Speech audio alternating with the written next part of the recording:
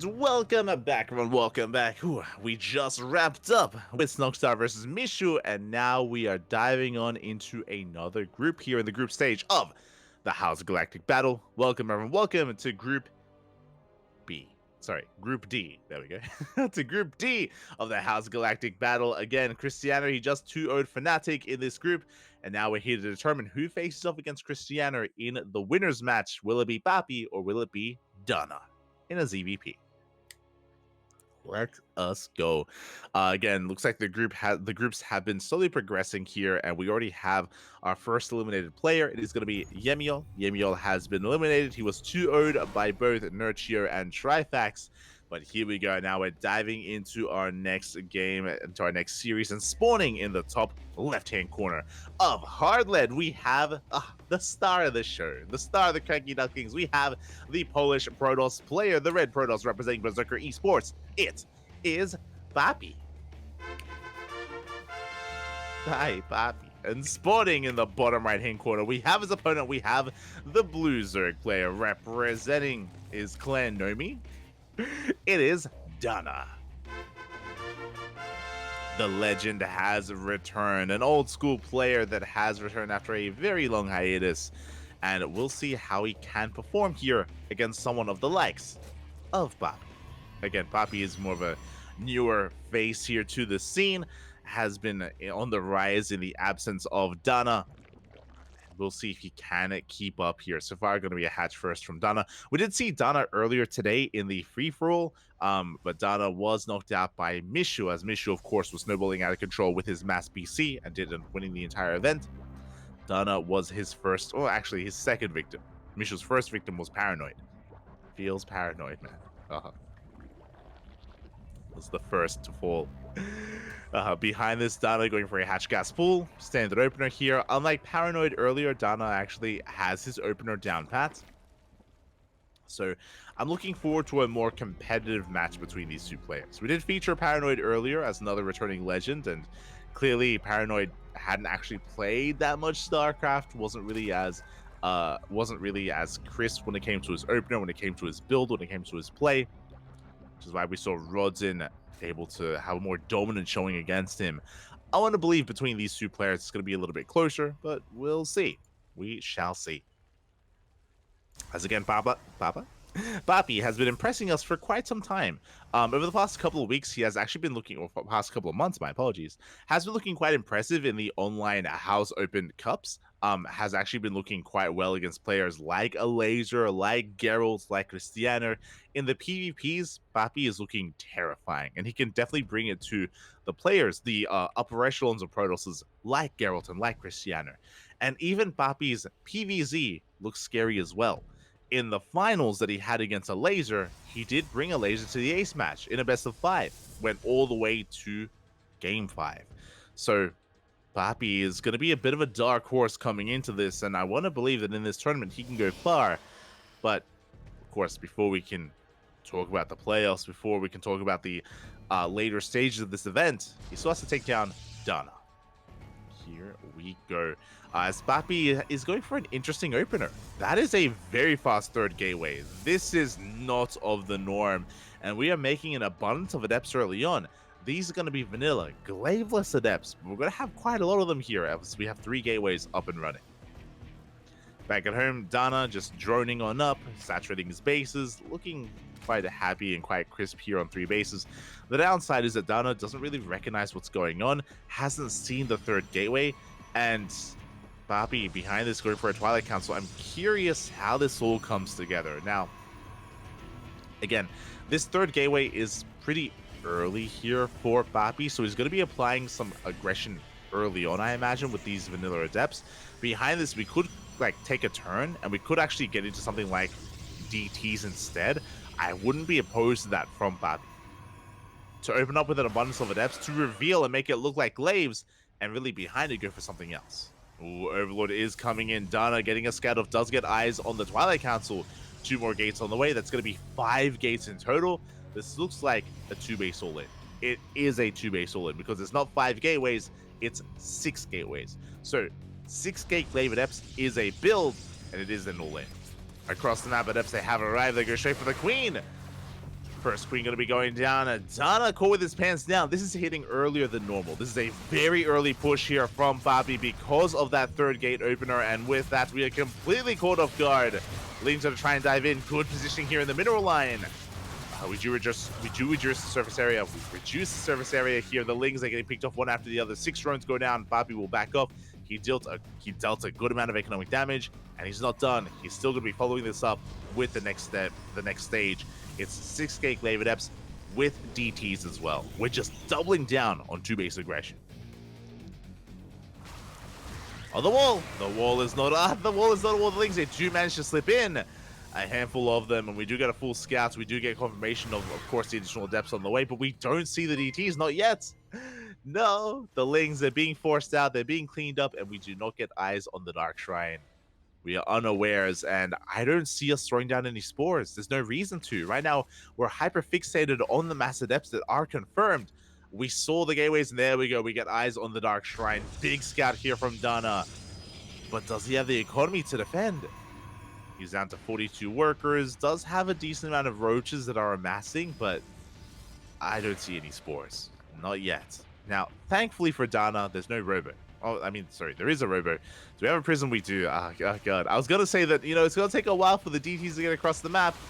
Not at all. The Dark Shrine's about to finish up. The Adepts, they shade into the main. Spine crawlers are up and running. We are buying time. So far, workers are surviving here. Only 5 workers go down, but we shade into the third base. We shade into the natural. Workers are falling, and here come the DTs, and we have 0 detection. We have no way to deal with this here. Lair is done. We can get into Overseers, but we lose control of the main base. Adepts are being cleaned up. We've already sustained too much damage. That's 23 drones going down. Overseers in production. But the damage is already dealt, and it doesn't even matter. From here, back at home, PAPI is expanding. He can afford to. He's already done so much damage. Saves the DTs, keeps them alive. And is still denying any mining here at the third base. DaNa is all in. DaNa is down to 17 drones, 1 base economy. It's all or nothing. DaNa going for one last-ditch effort here. Last-ditch effort to end the game. And across the map, all we need is a DT. Like, the detection is not quite here. It's coming, though. It is coming. You have Immortals are amassing. Sentries for force fields. No Ravagers means that Sentries are king here. Show us the force fields. Yeah, we slice up the roaches. And they cannot engage. Not all together. As Sentries are being focused out, but that Immortal is going ham. That Immortal is going to town here on the army. A second Immortal does arrive. And we will clean this up. Roaches are picking up whatever they can. GG, well played. And PAPI will take game number 1 with a very cheeky build. Again, it was a 3-gate opener with 6 adepts. We shade across the map with adepts. We distract the army. We cause some chaos. We hit earlier than normal. Then we followed it up with 6 gateways and even a Dark Shrine to top it off as well. To be honest, I don't think the Dark Shrine was even necessary. Like, he was already in a commanding position from his adepts. The DTs were just a cherry on top to really seal the deal and to end it all. With that, we're now getting ready for game number 2. And DaNa wasn't really able to play his game. He just wasn't really able to sink his teeth into this series. Not yet. I'm hoping he can here in game 2.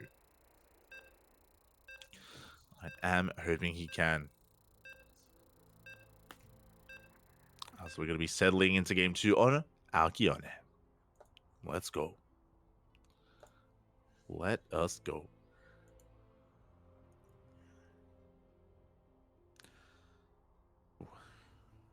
Again, Alcyone, much larger map in the map pool. Can lead to longer, more macro-oriented games. Can lead to it. Will it, though? We'll see. I'm sure PAPI has other things in store for us. I'm sure he does.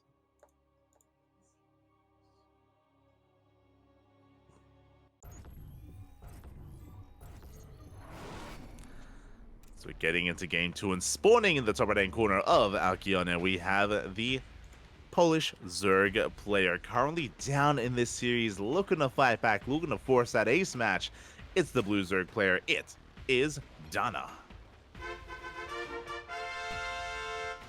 And spawning in the bottom left-hand corner, we have his opponent. We have the Red Protoss player representing Berserker Esports, leading the series 1-0. It is PAPI.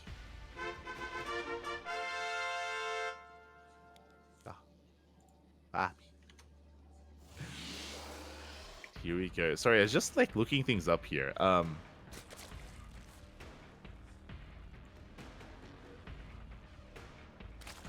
was just looking things up. I was curious if there was like a reason for Mana's kind of like letterization here. The capitalization of N and of N, like is it meant to be like Mana? Is that he's rushing into the gold. I was curious if there was like some kind of connection between Mana and DaNa and their naming. I don't see anything on Wikipedia, unfortunately. I don't see anything there. As DaNa is racing into the gold base, and he's looking to spice things up here in game number 2. We'll see if he can get away with it. PAPI comes in for a scout, does confirm the gas, does confirm the spawning pool. May believe this is a more aggressive opener here. Will he check the gold base? He is. He's checking the gold base location. He will check, he'll confirm that the mineral patch is missing, that a worker has been here before. He will sniff it out. He will come across the hatchery. Oh boy, hatchery has been spotted. Behind this, we do see we're confirming to make sure that the other hatchery hasn't been taken. We're going to be mining through these patches, working through towards the other side of the map. Probe is racing back home. And the jig is up. Now, DaNa, what is our plan here as we saturate the space? Usually, if we rush into this gold as the natural, it's for an all-in. Usually, this is not for a long game. This is not to give us a boost in the economy to get into the mid-game. Not at all. This is usually an all-in from the Zerg player. Whether it's a Bane bust or a Roach Rush, one or the other, both are on the table. Which one do we take? Which one do we go for? We see PAPI back at home going for a Stargate opener. With the Stargate opener, he can go into Oracle Harass, he can go into initial Void Race to gain map control, to have a stronger defender's advantage, to fortify himself and maybe work towards a longer game, and be defensive. We'll see. We'll see what direction PAPI does take us in. See direction DaNa takes us in. So far, the Lings, they do collapse. Ooh. On the Adept, they force it back. Force it back for now. So far, we are holding, and we have only lost a single drone, which is still quite a bit, but only one worker lost so far. Behind this, Oracles are amassing. They're on the way. Adepts say shade into Adepts can one-shot workers. Ooh, and we're going to be picking up drones. We get one, we get two. Two workers will go down. The Adepts say shade towards the main base as well. The main looking quite vulnerable. It is going to be a Roach Rush, not a Bane Bust. That is the plan. That is the build of choice here from DaNa. But can we survive? Because, that's going to be a lot of dead workers. That's going to be 5, 6, 7 workers go down in the main. Not like this. As PAPI's having his way with this mineral line. The Oracle does get deflected. And it looks like this Adept is going to be shut down. It just barely is shut down by the Lings. We have additional Oracles on the way. And we did scout the Roach Warren. Big scout there from PAPI. He's fully aware of what's going on.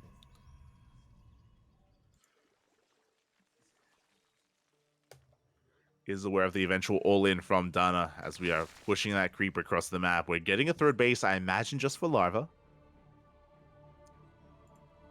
Imagine it. Just the Larva is going to be coming out here from our Zerg player. This Oracles, they dive in. The Queen's out of... No shot. The Queens are out of position, and we have our way with the mineral line. 7 workers go down. Only 1 drone survives. Oh my god. And this all-in is stifled already. We do deny the third. Very nicely done. But where's the economy? It's not here. We're down to 17-6. We're not done. It keeps going. Leave the drones alone. We're down to 9 workers. Less than a full mineral line of saturation. Oh, sorry. We lose 9 workers. We were down to the 12. Now we're up to 23. We barely have the base. Barely have mining. Ay, ay, ay. Again, DaNa is limping along, and at this point, we have to re-drone. I mean, we could just commit to an all-in. Damned if you do, damned if you don't. The Lings are doing what they can. They do delay the third once again. Very nicely done here by DaNa. does delay the base. Prism has arrived, saves the Adepts, and we are getting into additional gateways. We have 2 more gates behind this. It's going to be 4 gateways. Temple Archives for Archon production. Oracles are still alive. Third base soon to be taken. And it looks like PAPI isn't building up towards a push. Looks like PAPI is focusing on his economy, which could be his downfall. He's working on expanding, taking a third base. His army is still lacking, by the way. And DaNa is building up his roaches. He's droned up to 32. Only 32 workers. And now it's all or nothing. Mass roach here from DaNa. We need Immortals back at him. We need Archons. Again, PAPI, he saw the Roach Warren. He's aware. He sees the lack of saturation. We need an army. Because DaNa is soon to push out. Comes across an Archon. Doesn't get it.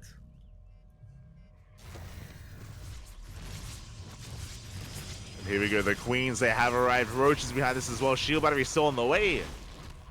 Let's feedback on one of those Queens. But again, the ground army for PAPI, it's lacking a little bit, but is it still enough? Oh, it is. It barely is enough. We focus on the Queens, the Roaches. There just aren't enough of them. Again, the economy was in shambles behind this, is in shambles. And we just could not afford a large enough army to break the third base here of PAPI. Shield batteries, they finish up in time. The Nexus finishes up as well, which means we have an overcharge available, if we even need it. And PAPI is having some fun. He's going into a Fleet Beacon. Fleet Beacon is on the way for a Skytoss transition. The army has been spotted. Once again, we are still lacking warpins here. PAPI, has it been too greedy? The Miles! Oh, they connect. They take down the Soldier. They take down one of the Adepts. Big warpin here. Archons, they turn back around. The Miles! Oh, don't quite connect either. Good juggling overall from PAPI. Preserves his army, preserves his units. And PAPI, he will still clean this up.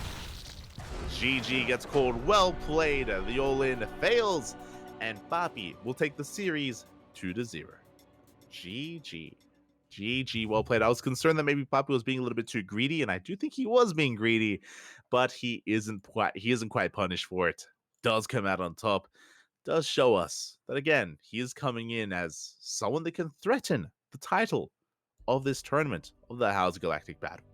GG. GG, well played. Congratulations here to PAPI for winning it in the end. Again, we even get a player shot as well. Aha. PAPI. It's got a beanie. Let's go. As we do get player shots here from our players, we can see that we are just getting ready for our next matchup. As we did mention, there is a stage, there is an audience, and depending on the players that are going to be competing, they will be brought out here to set up on the stage PCs.